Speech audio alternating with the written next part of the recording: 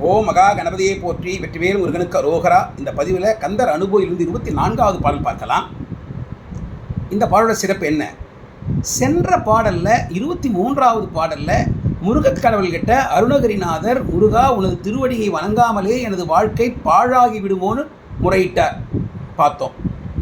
இந்த பாடலில் முருகன்கிட்ட, முருகா எனது மனம் மங்கையர் மீது வைத்திருக்கின்ற அந்த மோகத்திலிருந்து வெளியே வந்து உங்களுடைய அருள் பெற என்ன வேண்டும், என் மனது அதில் திளைக்க வேண்டும், அதற்கு நீங்கள் வழி செய்ய வேண்டும் அப்படின்னு கேட்குறார். இப்போ நமக்கு எல்லோருக்கும் தெரியும், கந்தர் அனுபூதி வந்தது அருணகிரிநாதர் அனுபூதி நிலையை அடைந்த பிறகு. அப்போ அனுபூதி நிலையை அடைந்த பிறகு இந்த பெண்கள் மோகத்தை பற்றி அவர் பேச முடியுமா? பேசுறதுக்கு வாய்ப்பே இல்லை. ஆனால் அங்கே பேசியிருக்கார். அப்படின்னு என்ன அர்த்தம்? அருணகிரிநாதர் நம் போன்ற சாதாரண மக்களுக்காக நம் நிலையிலிருந்து முருகனிடம் இந்த கோரிக்கையை வைக்கின்றார். நமக்காக இந்த பாடலை பாடியிருக்கார் அப்படின்னு. ஆக இந்த பாடல் மிக மிக சிறப்பு வாய்ந்த பாடல். இந்த பாடலில் நம்ம எண்ணி எண்ணி அந்த காம இச்சையிலிருந்து கொஞ்சம் கொஞ்சமாக வெளியே வருவதற்கு அருள் செய்கின்ற பாடல். அவ்வளோ சிறப்பு வாய்ந்த பாடல். பாடலை பார்க்கலாமா? கூர்வேல் விழி மங்கையர் கொங்கையிலே சேர்வேன் அருள் சேரவும் எண்ணுமதோ, சூர்வேரொடு குன்று தொலைத்த நெடும் போர்வேல புரந்தர பூபதியே. சூர்வேரொடு குன்று தொலைத்த, சூர்வேரொடு சூரன், சூரபத்மன் மட்டும் இல்லை, அவன் அந்த அசுர கூட்டத்தையே வேரோடு அழித்தவர் முருகக் கடவுள். அதான் சூர்வேரொடு. குன்று தொலைத்த, சூரசம்காரம் போகும்போது நம்ம கந்தபுராணத்தில் படிக்கிறோம், முதல்ல வந்தது தடை என்ன? கிரௌஞ்ச மலை. அந்த கிரௌஞ்ச மலையை வேல் கொண்டு முருகக் கடவுள் தொலைத்தார், தூளாக்கினார். ஆகவே சூர்வேரொடு குன்று தொலைத்த, சூரனையும் சூரர் கூட்டங்களை வேரோடும் அழித்தவர், கிரௌஞ்ச மலையை தூளாக்கியவர். அப்படி மிக பெரிய போர் புரிகின்ற நெடும் போர் வேலாயுத கடவுள். அப்படிப்பட்ட மிகப்பெரிய போரை புரிந்தவர். அவர் யார்? புரந்தர பூபதியே. புரந்தரன் தேவேந்திரன் அப்படின்னா தேவலோகத்திற்கு பூபதியாக, தேவர்களுக்கு தலைவனாக விளங்கக்கூடியவர். அந்த முருகன் கிட்ட அருணகிரிநாதர் கோரிக்கை வைக்கிறார். என்ன கோரிக்கை? கூர்வேல் விழி மங்கையர் கொங்கையிலே. மங்கையர் அவருடைய விழி, கண் எப்படி இருக்கான்? கூர்வேல், கூர்மையான வேல் போல இருக்கான். அதாவது அவருடைய பெண்களுடைய அந்த மங்கையருடைய அந்த கண் பார்வை கூர்மையான வேல் போன்று மற்றவர்களை இழுக்கக்கூடியது. கூர்வேல் விழி மங்கையர் அப்படி அந்த பார்வையுடைய பெண்களின் கொங்கையிலே, அவர்களது தனபாரத்திலே சேர்வேன். முருகா என்னுடைய மனம் இருக்கே, இந்த கூர்மையான விழிபடைத்த மங்கையர் தனத்தின் மீதே என் மனம் செல்கின்றது. மாறாக அருள் சேரவும் எண்ணுமதோ, இந்த மனம் உங்களுடைய திருவடியை பிடித்து உங்களுடைய அருளை பெறுவதற்கு என்னுடைய மனம் நாட மாட்டேங்கிறது. அந்த மாதிரியான எண்ணத்தில் எனது மனம் செல்ல மாட்டேங்கிறது.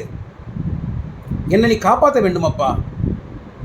இப்போ இந்த முதல் 2 வரியும் கடைசி 2 வரிக்கும் நிறைய தொடர்பு இருக்கு.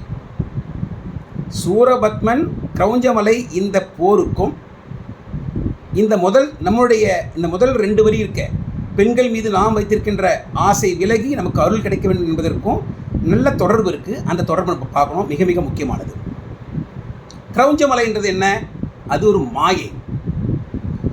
ஆண்களுக்கு பெண்கள் மீதும் பெண்களுக்கு ஆண்கள் மீதும் இருக்கின்ற அந்த காம இச்சை, அந்த மோகம், அது என்னது? அதுவும் மிகப்பெரிய மாயை. கிரௌஞ்சமலை என்கின்ற மாயை முருகக் கடவுள் என்ன பண்ணார்? வேல் எறிந்து தொலைத்தார். அது என்ன போட்டிருக்கு? அதேபோல் முருகா, நான் பெண்கள் மீது வைத்திருக்கின்ற மாயை நீங்கள் வேல் எறிந்து தொலைக்க வேண்டும். அதாவது ஆண்கள் பெண்கள் மீதும் பெண்கள் ஆண்கள் மீதும் வைத்திருக்கின்ற அந்த காம இச்சையை, அந்த மோகத்தை முருகக் கடவுள் எப்படி கிரௌஞ்சமலை என்கின்ற மாயை தொலைத்தாரோ அதேபோல் நமது இந்த காம இச்சை என்கிற மாயையும் அவர் தொலைக்க வேண்டும். ஒன்று. அடுத்தபடியாக முருகக்கடவுள் சூரபத்மனை வேரோடு அழித்தாரா? சூரபத்மன் என்கின்ற ஆணவத்தை முழுமையாக அழித்து அவரை மயிலாகவும் சேவலாகவும் அருள் செய்து ஆட்கொண்டார். அதேபோல்தான் இங்கே நமக்கு என்ன வேணும்? அருள் சேரவும் எண்ணுமதோ முருகா, எனது இந்த மோகத்தை வேல் கொண்டு அழித்து அதே வேலை கொண்டு எப்படி நீங்கள் சூரபத்மனுக்கு அருள் செய்தீர்களோ, வேல் எறிந்து சூரபத்மனை துளைத்து அவனுக்கு அருளும் செய்தீர்கள் இல்லையா? அதேபோல் என் மீது வேல் எறிந்து எனக்கு அருளும் செய்ய வேண்டும். அதாவது கிரௌஞ்ச மலையை வேலெறிந்து துளைத்தது போல் என்னோட காம இச்சையை வேலெறிந்து துளைத்து, சூரபத்மனை வேலெறிந்து எப்படி அவனுக்கு அருள் செய்தீர்களோ அதுபோல் என் மீது அந்த காம இச்சையின் மீது வேல் எறிந்து எனக்கு அருள் செய்ய வேண்டும். அப்பொழுது என்னுடைய மனமும் உனது திருவடியை நாடும், உனது பக்தியை நாடும். அதற்கு நீங்கள் வழி செய்ய வேண்டும். அவ்வளோ சிறப்பான பாடல். ஒரு 2-3 விஷயங்கள் நம்ம முக்கியமாக பார்க்க வேண்டியிருக்கு. அருணகிரிநாதர் பல பாடல்களில் இந்த காம இச்சையை பற்றி சொல்லியிருக்கார். இந்த அனுபதியிலேயே நிறைய பாடலை சொல்லியிருக்கார். அந்த பாடலை உங்களுக்கு நான் குறிப்பிட்டு காமிக்கிறேங்க. இவ்வளோ பாடல் அவர் சொல்லியிருக்காருன்னா இந்த காம இச்சையை நாம் அவசியம் வெல்ல வேண்டும். அதை வென்றால்தான் நாம் நமது மனம் இறைவனும் நாடும். அதற்கு வழி சொல்லுகின்ற விதமாகவும், இது மிக மிக முக்கியமானது என்ற விதமாகவும் அதை பற்றி பல பாடல்கள் பாடியிருக்கார். இப்போ கந்தர் அனுபவியில் இருக்கிற பாடல் 5 மகமாயே என்ற பாடலில் அகமாடை மடந்தையர் என்றயரும் சொல்கிறார். மடந்தையர் மீது என்னோடது மனம் அயர்ந்து போகின்றது. இது அந்த பாடல் 5. பாடல் 9 மற்றூர் குழல் மங்கையர் மையல் வலைப்பட்டு ஊசல் படும் பரி சென்றொழிவேன். இந்த மங்கையர் மீது எனது மனம் ஊசல் போல போயிட்டு வந்துட்டுருக்கு. இது எப்போ ஒழியுமே தெரியல அப்படின்னு அங்கே குறைப்பட்டுருக்கார். அடுத்தது பார்க்க போகிறோம் நம்ம 34வது பாடலில் சிங்கார மடந்தையர் தீ நெறி போய் மங்காமல் எனக்கு வரம் தருவாய். இந்த மாதிரி பல பாடல்களில் அருணகிரிநாதர் ஆண்கள் பெண்கள் மீதும் பெண்கள் ஆண்கள் மீது வைத்திருக்கின்ற இந்த காம இச்சையை நாம் அவசியம் விளக்க வேண்டும் என்ற கருத்தை உறுதிப்படுத்தி சொல்கின்றார். இது மிக மிக முக்கியமானது. நாம் இதிலிருந்து வெளியே வர வேண்டும். அதுக்கு ஒரே வழி இறைவனுடைய பக்தி தான். இறைவன் பக்தி அதிகமாக இதெல்லாம் சாதாரணமாக போயிடும். ஆக இந்த பாடலை பாட நமது எண்ணமும் அந்த நிலைக்கு போகும். இந்த பக்தி நெறி என்பது ஒரே நாளில் வரக்கூடியது இல்லை. தொடர்ந்து நம்ம அதை செய்துட்டே இருக்கணும். செய்ய வரும் இல்லையா? அது எல்லாருக்கும் தெரிஞ்ச விஷயம் தானே. மடல் பார்க்கலாமா?